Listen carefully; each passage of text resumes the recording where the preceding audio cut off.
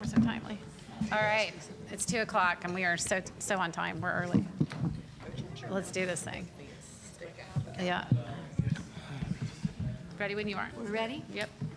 Miss Berry. Here. Miss Casper. Here. Miss Flom. Present. Mr. Hammonds. Present. Miss Myers is absent, and Mr. Vella. Here. Do we have any public comments? No public comments. Okay, Bart. It's always my favorite part.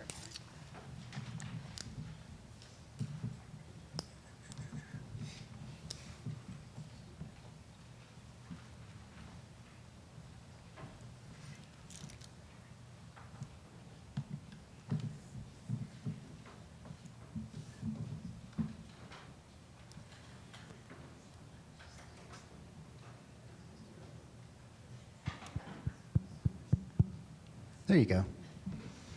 Good afternoon, everybody. Welcome to our board meeting. We have a very special guest that is in the audience with us. And so I'm going to say a few words, and then I'm going to introduce her to our board. And then we will give you all an opportunity, if you have any questions for our special guest, who is an actual EPIC student, then this will be an opportunity to get her perspective on her experience here at EPIC. So let me get through this. I'm incredibly proud this afternoon to present the EPIC Student Excellence Award. So this award was born out of our school's dedication to cultivate academic success, social contribution, and leadership, and to shine a light on those students who exemplify those characteristics. Each year, we choose one student on whom to bestow this tremendous honor, and I can't think of a better choice to continue this legacy of student achievement than to present this award to our own EPIC star, Audrey Bewley. Audrey is an exceptional student who is the very definition of student excellence. Ranked second in her class, she has a litany of advanced placement and concurrent college courses to her name, as well as having just wrapped up her junior year with a whopping 37 college credits. Wow. In addition, she earned a near perfect score on her ACT with perfect scores in both math and reading. Yes. But as impressive as she is academically, her involvement in her community, her school, and serving those around her is a testament to her heart and her strong leadership skills. Audrey is a founding member of EPIC's Key Club, where she will serve as president this coming school year. She has also put in more than 50 hours of community service on behalf of EPIC. She's a member of EPIC's National Honor Society, is very active in our school's Native American student organization, and served as team captain for EPIC's Academic Bowl. Outside of school, she has her own babysitting business, volunteers for the Metropolitan Library System, and serves as a team board member for Citizens Caring for Children. Audrey, it's been said that leaders are not born, that they are made through their hard work and dedication to their goals. If that's true, you are most certainly the living embodiment of that. I look forward to seeing you continue to inspire and thrive as you enter your senior year, and all the incredible things that you will accomplish beyond. Ladies and gentlemen of the board, it is my distinct pleasure to present to you one of EPIC's best and brightest, Audrey Bewley.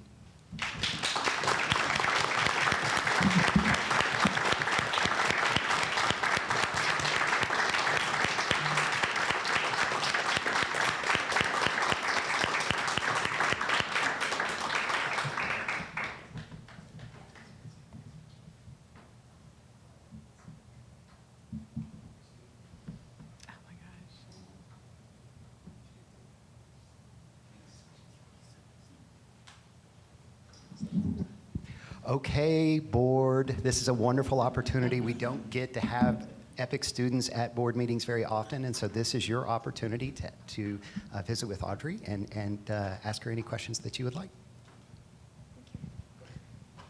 Audrey, Congratulations, and thank you and your family for coming and letting us participate with you in this. And what has, over the past 5 years, it's been a really hard time for a lot of people. What has really helped you stay grounded in your leadership and who you are? I just focus on my goals ahead. I rely on my family members and my friends to remind me of who I am and what I hope to do. Oh, thank you. You guys have any questions? I don't really have any questions. I just want to say congratulations. Thank you. Oh, I have so many questions. Well, okay, so as far as EPIC's contribution, how have we contributed to that support system that you lean into? Yeah, I became an EPIC student because I wanted a more accelerated course of study than was offered at traditional public school. So EPIC has really allowed me to work past like traditional grade levels and focus on that advanced coursework. Is it the pacing that you needed, the faster pace? Yeah, the pacing and the flexibility. Okay, that's really good. Thank you for the information. And again, I'm thrilled with the progress that you've made under this kind of paradigm, and it's inspiring. Audrey, your last answer may be the answer to this question. What do you like the most about EPIC, and what could EPIC do better to serve students? I really like the flexibility of being able to like go take college courses at a local community college and also like take AP classes with EPIC. I think EPIC could improve like the student community and the connections a little bit better. I've certainly tried to surround myself in EPIC students, but that's a hard thing to do sometimes given that we're all so spread out. But Thank you. Yeah, thank you very much. thank you.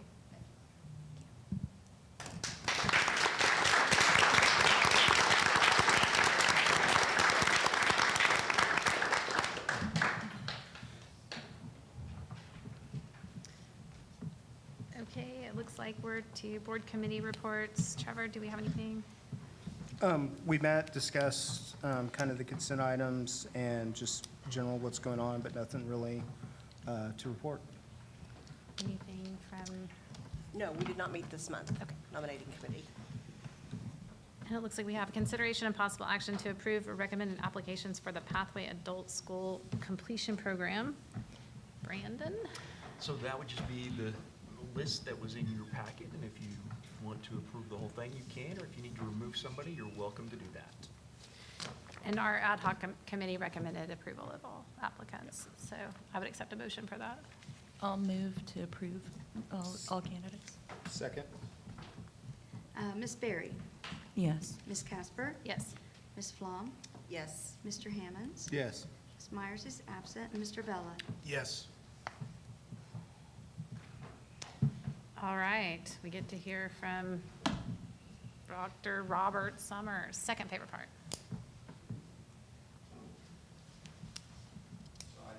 Working? Good afternoon. It is still weird to be at a board meeting in the afternoon, but I'm proud of you. I'm proud of what we're doing. First slide that we have is in honor, next one, yeah, in honor of agriculture in Oklahoma. It is time to think about it. No, all kidding aside. The little piggy bank was a little piece that I picked up from somewhere that Oklahoma ranks 42nd in per capita income. Now that goes a long ways in Oklahoma because you also have an incredibly low cost of living.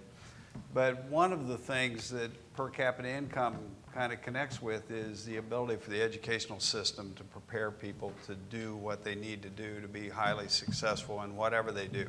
Some people see money as more important than other things, other people maybe not, but generally speaking, it's nice to have enough resources to accomplish your purpose in life. So this one was kind of interesting to me. Next slide. What we wanted to do today is spend just a few minutes predicting what we're going to do in the future with the school board. You had a process that occurred 3 years ago around performance measures, and you've seen that come before you all the way through.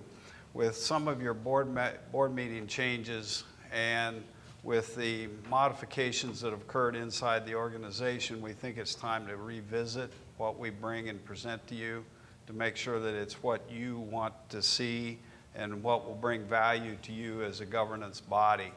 So either August or September, depending on when the state test results come out, we'll always put them up front. But we're going to try to bring a series of possibilities to you for consideration. And one of those considerations is key ends measures aligned to the aspirations that you have in your board policies. And by the way, modifications of those if you see it necessary. Key predictor in-process measures and key compliance and accountability measures. So you get these all year from various sources, and we just want to make sure we're on the same page on what you want to do. We'll allocate those on an annual calendar, just like your board policy suggests, and then we'll talk about what's important to you as far as comparables.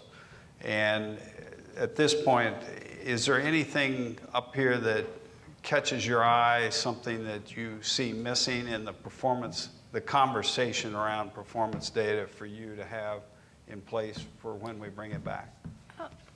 I would love to see some international data as well. Okay. And then maybe some data surrounding our key, like, employment drivers or where our kids are going to go after education. I think both of those I'd have some interest in. That is one that would probably be significant that we haven't yet materialized, is on that long-term student experiences, but we can do that. And then I guess considering that we just got information on this, we need to work toward some community building within our student population. I'm not sure how to metric that. Nice sounding, but how you do that? Yeah, I don't know. I think the most capable person left the room, so we'll have to see what she knows. Well, and that's a perfectly logical thing. And in your board policies, you have executive limitations, and so you have certain things that you say you can go forth and do great work as a school district, but you can't do the following things. One of the community engagement actually could be a part of your aspiration statement, so you have one, so we'll grab that. Other comments, thoughts? I know it's a little bit sketchy, but just want to kind of work through it. We'll work through it in your time and your schedule. But at the end of it, you'll have a modified approach to the performance data that you receive each month and keep you informed. Does that make sense? By the way, most of this will emanate from a whole series of things that are happening inside the organization to kind of roll this up. There's other levels in the organization that need different data sets than what you do, and we'll make sure that those are all aligned. And I think, like, as I'm thinking it through, the engagement data might be the way, you know, of like the community engagement, the academic engagement data. And I'm also interested in how that compares to other schools. I'm not sure they're collecting data that we can really compare to, but I think engagement is so huge right now, so. So that's a great point, and the good news is that the Office of Educational Quality and Accountability in Oklahoma is going through a major upgrade of its data analytics efforts. So they're putting restructured processes in place. We're working with them on a couple of different projects, so the ability to get data from other schools will be possible in that process. So good point. Other questions, comments?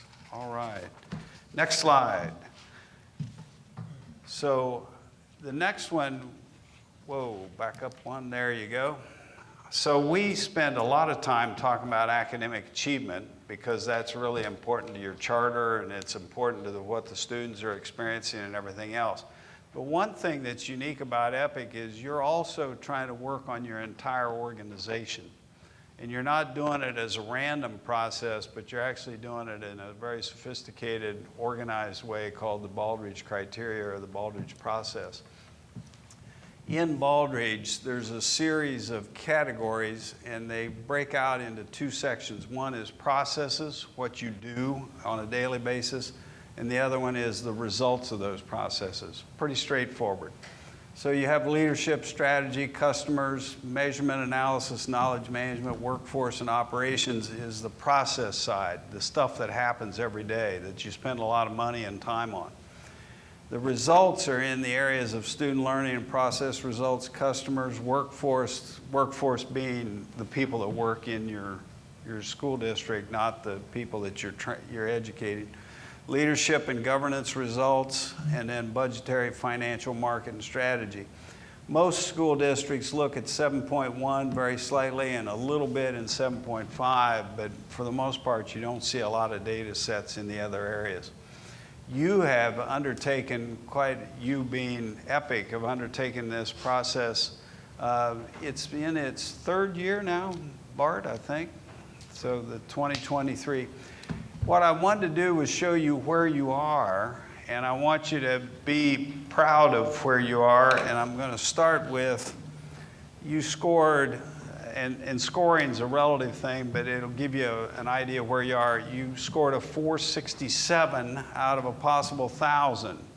Now, if you think about that, that sounds like you're not even halfway, right? But Baldrige is one of these aspirational places. You'll never find an organization that makes 1,000. National winners hit about 600. Oh, wow. So you're very close. You're closing in on the national level kind of competition number.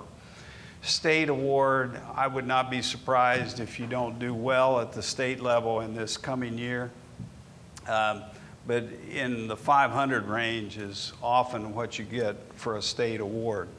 So who gets Baldrige Awards? Well, Jenks is one school district that's won a national Baldrige Award. Tri-County Career Center, Lyndall Fields and his operation won a national award. Bama Pies, anybody know what Bama Pies makes? They make all of the biscuits for McDonald's across the entire country, and their headquarters are in Tulsa, Oklahoma, and they won the National Baldrige Award. So it's across the system, manufacturing, government, and education has a criteria. When you look at the results, you see how many points are allocated in each area and how many points that you have scored so far. They're broad categories, so when you see a lot of 57.5, it's because they usually scored in certain ranges, not specifics. But for the most part, you've done extremely well. You're very strong in processes. You're unusually strong in customer expectations. And if you had to be a focus somewhere, that's where you want it.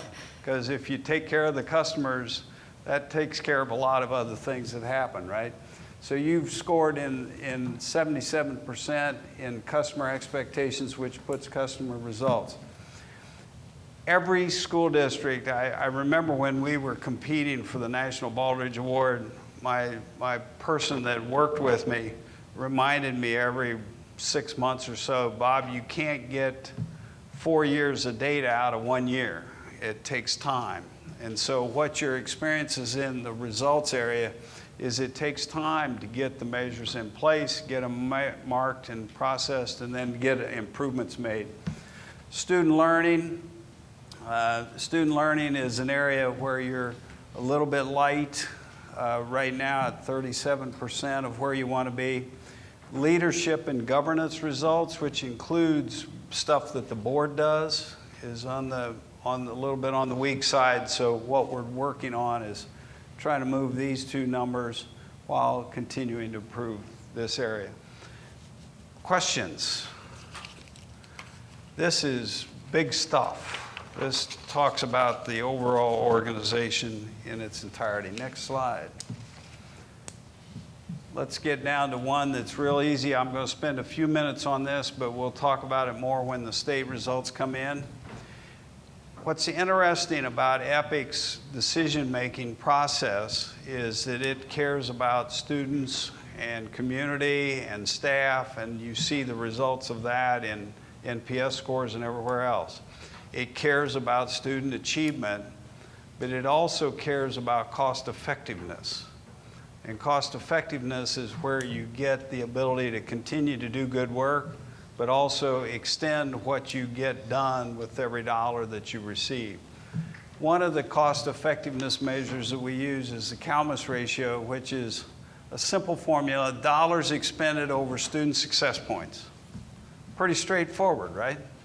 I spend $10, how many students have become successful with that $10 or 10,000 or 100,000? Next slide.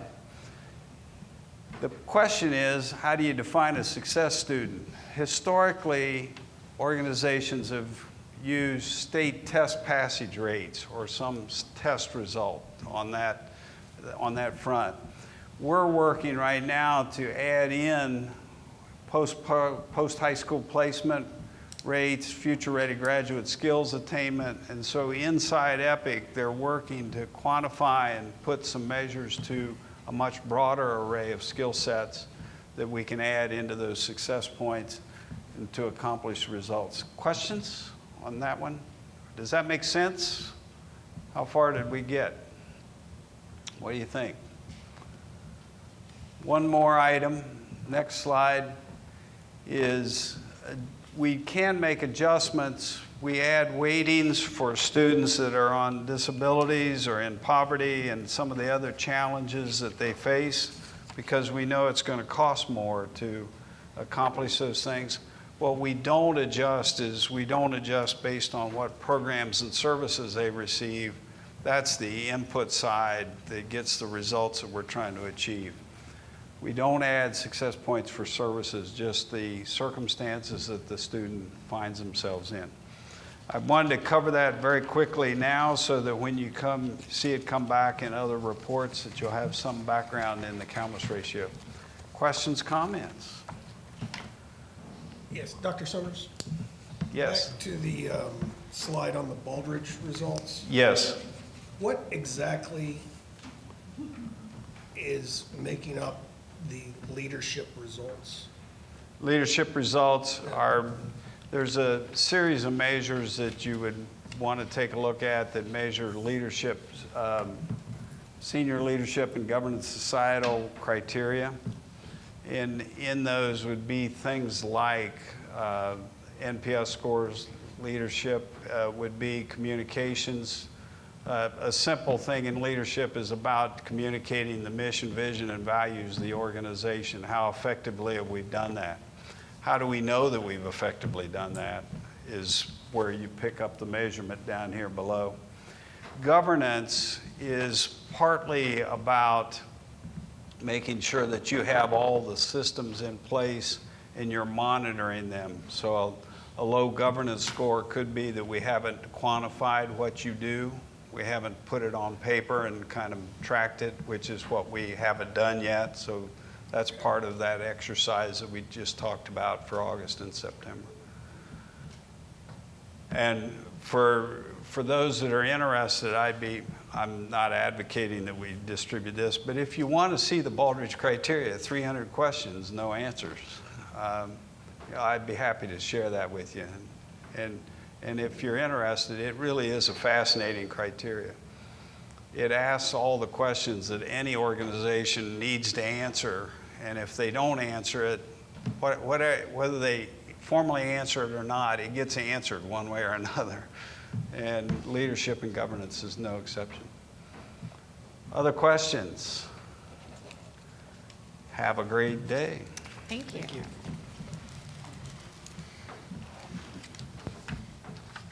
Okay, it looks like we are on governance D, consideration and possible action on instructional services agreement with Millwood Public Schools and approving the attorneys for the school district to prepare the appropriate contract documents and authorization for the superintendent to execute. So I think Bart and Justin can do a better job of talking about what would actually happen in this agreement.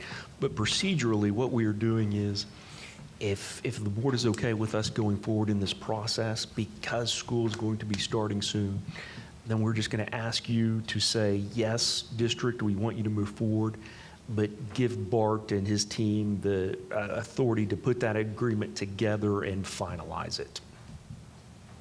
Is everybody comfortable with that? I am. So if you want Bart or Justin to talk about kind of maybe what we might see in that agreement. I'm ready to move on it if everybody else is. Okay. I'd accept a motion to approve 2D. I'll make the motion to approve 2D. I'll second. Ms. Berry? Yes. Ms. Casper? Yes. Ms. Flom? Yes. Mr. Hammonds? Yes.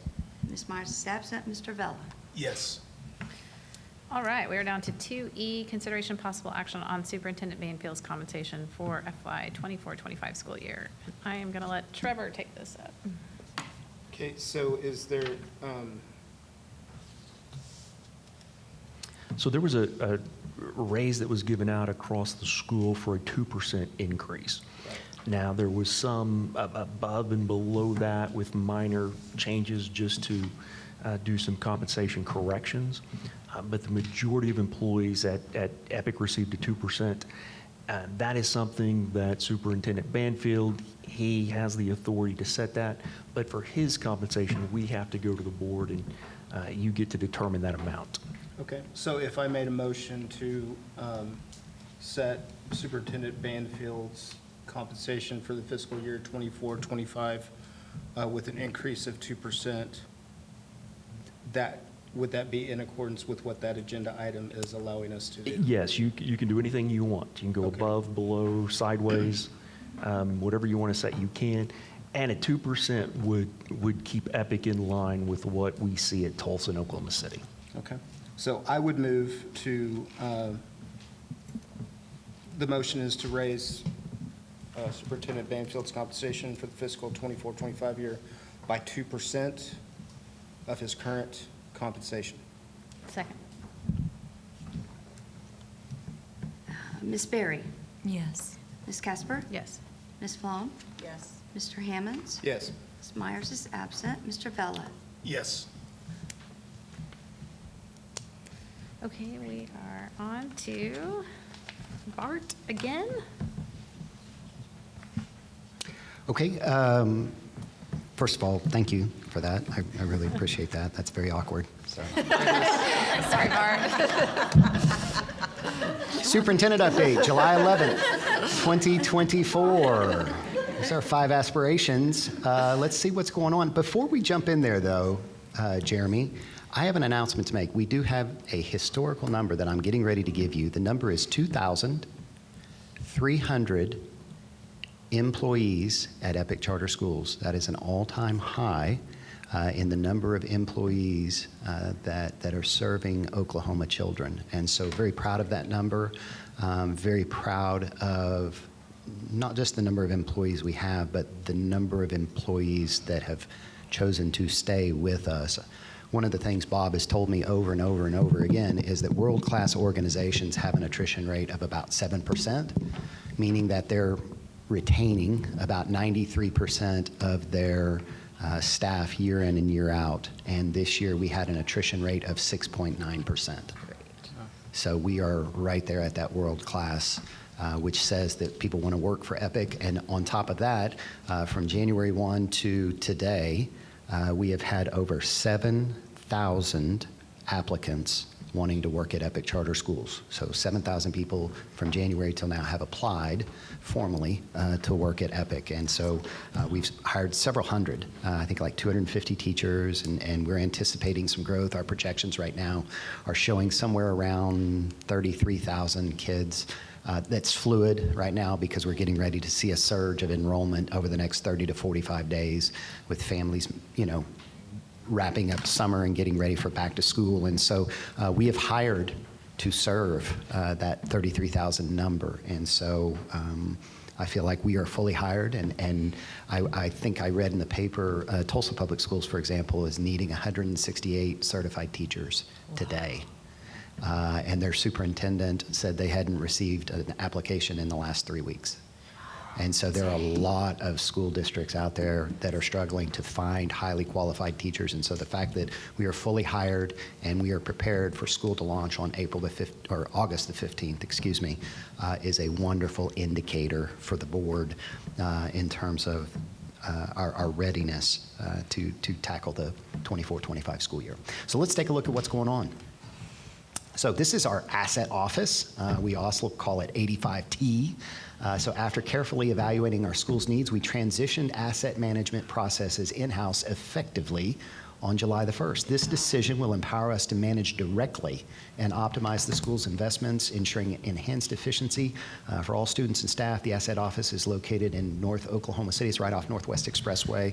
It's a beautiful asset office, and so basically we have taken over the services that were historically provided by Telecomp, and now we own that process. And so the goal here is twofold. One, to improve our level of customer service that we're offering to our families, more timely with hardware shipments and things like that. And then part two of that is there'll be a cost savings associated with that to the tune of several $1 million. And so we feel like we can accomplish both of those. So very excited about our asset office. A little nervous. This is the first time we've done it, but we own it now. Like, we control it. So if there's any criticism, when we go to get feedback and things like that, it's all on us. We can't point the finger at anybody. We own it. So excited to see that, though, and I'm sure you'll be hearing more and more about the asset office, and maybe even getting the occasional complaint via email from families about not getting their hardware in a timely manner. So we'll try to make sure that we mitigate that, but excited about our asset office. Next slide. Thunderbird graduation. So that was held on Saturday, June 15th, with our EPIC principal, Sean Wells, presenting 15 EPIC graduates, Thunderbird cadets, diplomas, and teachers provided instruction to approximately 150 cadets over the course of the school year for cycle 62. That's the spring semester. And 15 cadets graduated with their high school diplomas, and 4 received their GEDs. And this was the largest graduating class at Thunderbird in the last 5, or at least in 5 years. So awesome job to the Thunderbird teachers and principal. Very proud of that partnership. We've got a lot of different partnerships across the state of Oklahoma. This is one of the partnerships that we're incredibly proud of, because these kids, a lot of them just need some direction in life, and so we're able to help provide that for them. And many of these students will, as it said, they turn into cadets and have long careers in the military, so they're serving our country as well. Next slide. So we had an administrative retreat. Mike, I saw you at the administrative retreat, and Ginger, I saw you at the administrative retreat. The annual EPIC administrative retreat took place at Oklahoma City Convention Center on Tuesday, June the 18th, with more than 600 employees in attendance. Employees heard about the strategic plan, worked in groups to set goals for the upcoming academic year, experienced the energy buzz from our guest speaker, Kelly Otis, there on the bottom right, and attended breakout sessions on a vast array of topics. And it's the first time we've actually met at the convention center, the new convention center there in downtown Oklahoma City, which is a beautiful venue. And so it was really, really good to have our admin group be able to connect with one another. It was jam-packed, full of just different stuff to do. A lot of really quality breakout sessions, though. And I'll just pause right there. Mike, do you want to offer any feedback? This was your first opportunity to come to the admin retreat. What your thoughts were? Well, I thought it was very interesting, and I really enjoyed it. Gave me an opportunity to learn more about EPIC. I'm the newest board member, and still trying to wade into all this. Yes. I was very impressed with the Math Plus team. Mm-hmm. I went to that breakout session and really got a lot out of it. Didn't know what it was going into it. I thought it was like maybe an advanced placement type of thing, but everybody was very welcoming and very helpful with all my questions, and I had quite a few. Good. I also attended the AI breakout session at the end of the day, and that was extremely interesting. Yes. Yeah. So, Yeah, it's eye-opening Yeah. when you look at what is coming down the pipe from AI. And we had an opportunity to go to a conference in the spring called ASU GSV, where Microsoft, Google, Meta, and Amazon were all there presenting. So those breakout sessions that you were going to, they were presenting the breakout sessions. And just to see the billions of dollars that's being poured into AI research and creation, it's going to revolutionize the world. And it's not if, it's when. And it's already beginning to touch different aspects of public education, and we're beginning at Epic to tinker with AI as well as an early adopter of it. So that's a pretty timely breakout session. Yeah, it was very nice. Well, I appreciate the feedback. Sorry to put you on the spot like That's that. all All right, right. Jandra, I'll do the same thing to you. Any feedback on the experience? I really enjoyed the venue, and I thought that the team did an amazing job. I enjoyed the centering of Simone Biles' story. I felt like, I just really felt like the whole group was happy to be there together. The energy of the room was impressive. And then I went to the student wellness breakout, and I was floored by the work and the level of detail and the amount of compassion. It's evident in what we're doing, and I think you're making good on every aspiration. I was impressed. Awesome. Yeah, we're really excited about the student wellness initiative that we're taking place, where every child at Epic that needs access to student wellness services will be provided those internally. It's not going to be just external as it has been historically. So really kind of going back to the taking ownership and responsibility for that. So excited about that. But it was a good administrative retreat, really, really good opportunity to connect with folks and really set the table. And that's really what the day was about, was setting goals. And then we've got a group that's actually with us here today, Resultant, that will help us with our key performance indicators and the actual measurements that Bob talks about and that he'll be bringing forward to you. So there's a lot going on behind the scenes, but that sort of kicks off the new fiscal year and this ramp up to back to school. And so it was a really great opportunity to get everybody in the same room and begin to develop synergy leading into the 24-25 school year. Next slide. We've got a video here that we're going to share that's really just kind of a wrap-up video. You may have seen some of these clips and whatnot, but it just kind of embodies who we are at Epic. And so if you're not familiar, if you're watching online or if you're watching in the future and you're not familiar with who we are and what we do, and this video will probably do a pretty good job of articulating that for you. Go ahead, Jeremy.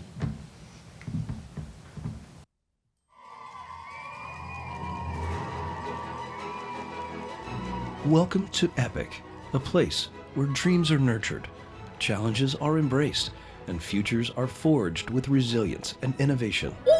We have trained for this. It's great to be able to do something that literally changes kids' lives. You know, gives them opportunities that they wouldn't have had if a program like this didn't exist. And today, we are emerging as leaders in empowering caregivers, creating future-ready students, and fostering relationships throughout our communities. We have faced our obstacles. There was something unique about this model and this culture of innovation at Epic to reimagine what public education could look like in the 21st century and create a connection with the family. And if you could imagine, there's this triangle, and at the top of the triangle is the student, and then you have the parent, and then you have the teacher. And when those three entities are in sync, working together, magic happens.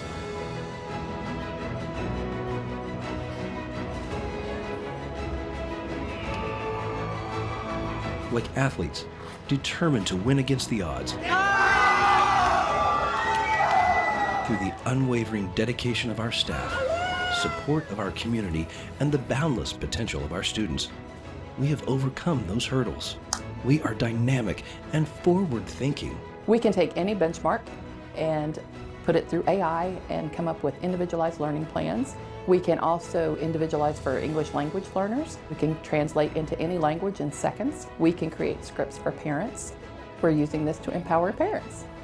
We create future-ready students by integrating real-world skills, critical thinking, and creativity into our curriculum. Our classrooms, unbound by walls, extend into the world beyond as we prepare the young minds of future generations for the marathon that is life. By having the opportunity to focus on myself and on my studies in a personalized manner, I was able to find myself. I feel like I could not be where I am in life if I didn't have Epic. We are not just preparing students for the jobs of today. We are equipping them with the skills and mindset to thrive in the ever-changing landscape of tomorrow. I joined Epic my 8th grade year, and I think that was the best decision I ever made because it's brought me so many opportunities. He's really come night and day. I mean, he's really come a long way. We're excited to see what the future's going to bring. Together, we are reshaping and reimagining education. Together, we are creating a legacy of empowered caregivers, future-ready students, and a community united in purpose. This is our story. This is who we aspire to be. This is Epic.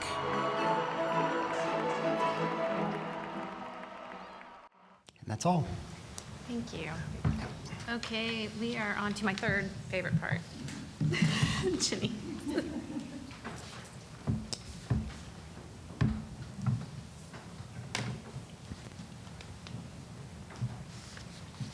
Good afternoon, board members. Another month has come and gone. It seems like we were here yesterday because we kind of were in Epic World, right?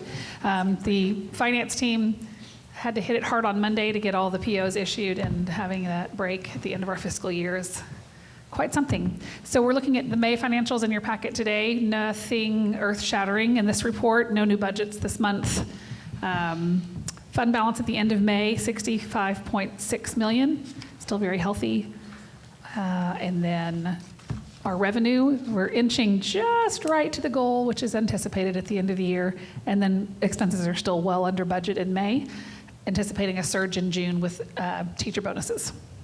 And these are based on the new budget that you approved last month. There is our little trend for our revenues, kind of as anticipated. And then, I'm just still so happy with the blue being so almost flat for the year. That is excellent cash flow management from lots of different things that have to happen. And that's not me. That's the whole slew of things that happen. So that's very, very good. Of course, June will blow that up, but that's expected behavior. So that's good.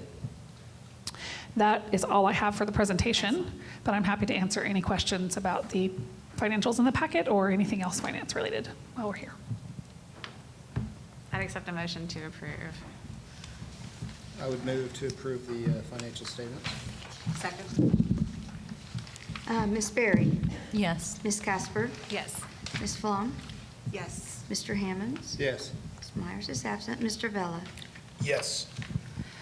While I have the microphone, I'm going to hog it for just another moment. In your consent agenda today, which you will be getting to shortly, there is a recommendation for our annual election of required, well, not officers per se, but specific positions required by the state. The treasurer, assistant treasurer, and encumbrance clerk, which is the person responsible for the legal encumbrance of our funds, issuing those purchase orders, making sure that we don't issue more than our budget, et cetera. And we are recommending for your approval today a change in our encumbrance clerk. So I wanted you to be able to put a face with a name. So today we are recommending Emily Trumbley as our new encumbrance clerk, and she's here today. And Dory has served as, congratulations, Emily. Dory has served as our encumbrance clerk since before I got here. So Dory's not leaving the purchasing department, but she's got a lot on her plate. So we're going to try to put some of her plate onto Emily's plate and then go from there. So pending your approval, I wanted you to have a face with a name for Emily Trumbley. Thank you for the time. Thank you. So the consent agenda, we're going to vote for all these items as a block. But any board member has the right to pull any item out if you would like to discuss that item. No vote is needed. You just get to say, I'd like to remove yada yada, and we will magically take it out. I do recommend that we remove item 4B. We have a Scrivener's error. It's just the number is off a little bit, and we'll pull that and correct it. The number is from 3527 to 3537. The actual second number should be 3549. So if you want to pull that out or any other items out. I would like to pull out item 4B. All right. Are there any other items? Okay. Brandon, is the first number correct on our sheet? Correct. The first number is correct. 3523. It's the second Okay. number. We had a Scrivener's error a few months ago, and some people were feeling really bad about it. And I said, no, it's okay. It happens all the time. And the next day in the state Department of Education board meeting, they had a Scrivener's error. So I said, yes, it's going to happen, and it's going to be okay. So if there's nothing else, then there'd be a motion to approve item 4A through 4H minus 4B.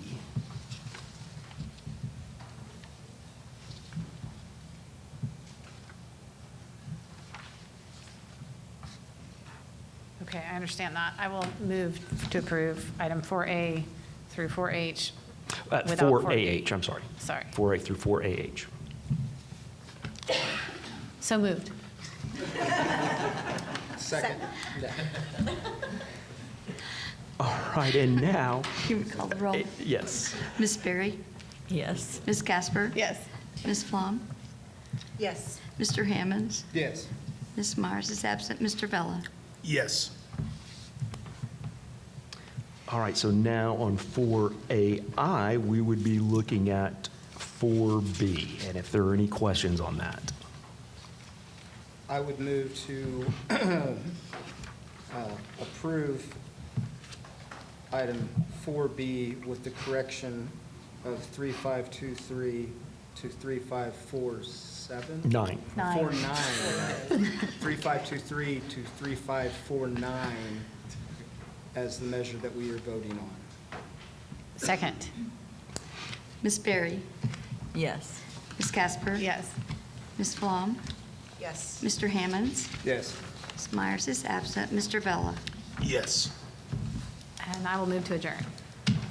Second. Ms. Berry? Yes. Ms. Casper? Yes. Ms. Flom? Yes. Mr. Hammonds? Yes. Ms. Myers is still absent. Mr. Vella? Yes. Thank you. Thank you. Thank you.